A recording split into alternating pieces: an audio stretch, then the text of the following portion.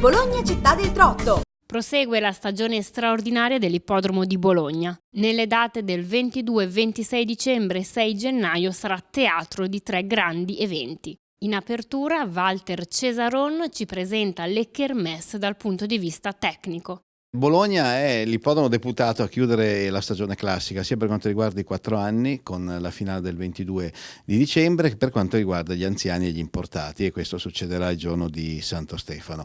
Poi, così come si chiude, con altrettanta dovizia di qualità, si aprirà il giorno 6 di gennaio, il giorno dell'Epifania, con il Gran Premio della Vittoria, che è tradizionalmente il Gran Premio che apre la stagione classica. Spettacolo e divertimento anche fuori dalla pista, con le numerose attrazioni organizzate da Ippo Group dedicate alle famiglie. Di questo ce ne parla il vicepresidente di Ippo Group, Michele Canali.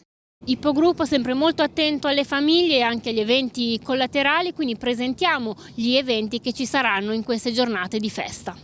Sì, allora il 22, che è il giorno della finale Master dei 4 anni, siamo in piena, clima natalizio, siamo vicino all'albero qui, e ci saranno molte attenzioni per quello che riguarda i bambini. C'è la casa di Babbo Natale con tutti gli elfi, ci sarà la possibilità di addobbare degli alberi di Natale, quindi tutte le attenzioni sono rivolte ai bimbi.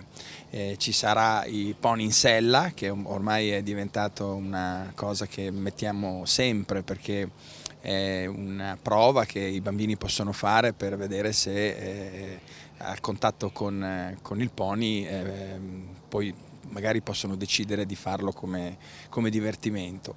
E poi c'è una cosa particolare, c'è una gara di pittura legata a un tema che sono i cavalli di Leonardo, per cui i bimbi, ma lo possono fare anche i grandi. È chiaro che l'obiettivo è quello di coinvolgere più bambini possibile, possono cimentarsi in questa gara di pittura con tutto, acquarelli, carboncini, pennarelli, e è una cosa proprio ufficiale, perché ci sarà una giuria e i vincitori verranno premiati dalla Befana il giorno 6 gennaio. Quindi questa è una cosa molto, molto divertente.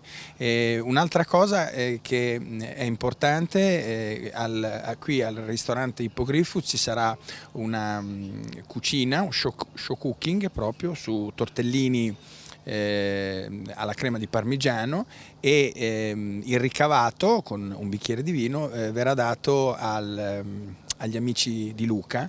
Anche questo è una cosa che viene fatta per solidarietà, quindi una giornata di festa aspettando Natale.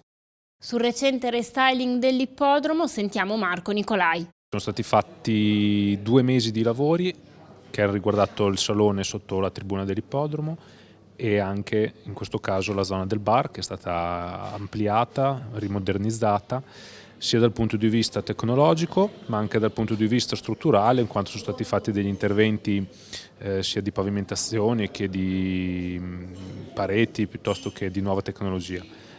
Domenica 22 faremo l'inaugurazione in occasione del primo dei 3 Gran Premi del periodo natalizio e aspettiamo tutto il pubblico per mangiare una fetta di torta, per fare un brindisi insieme a noi.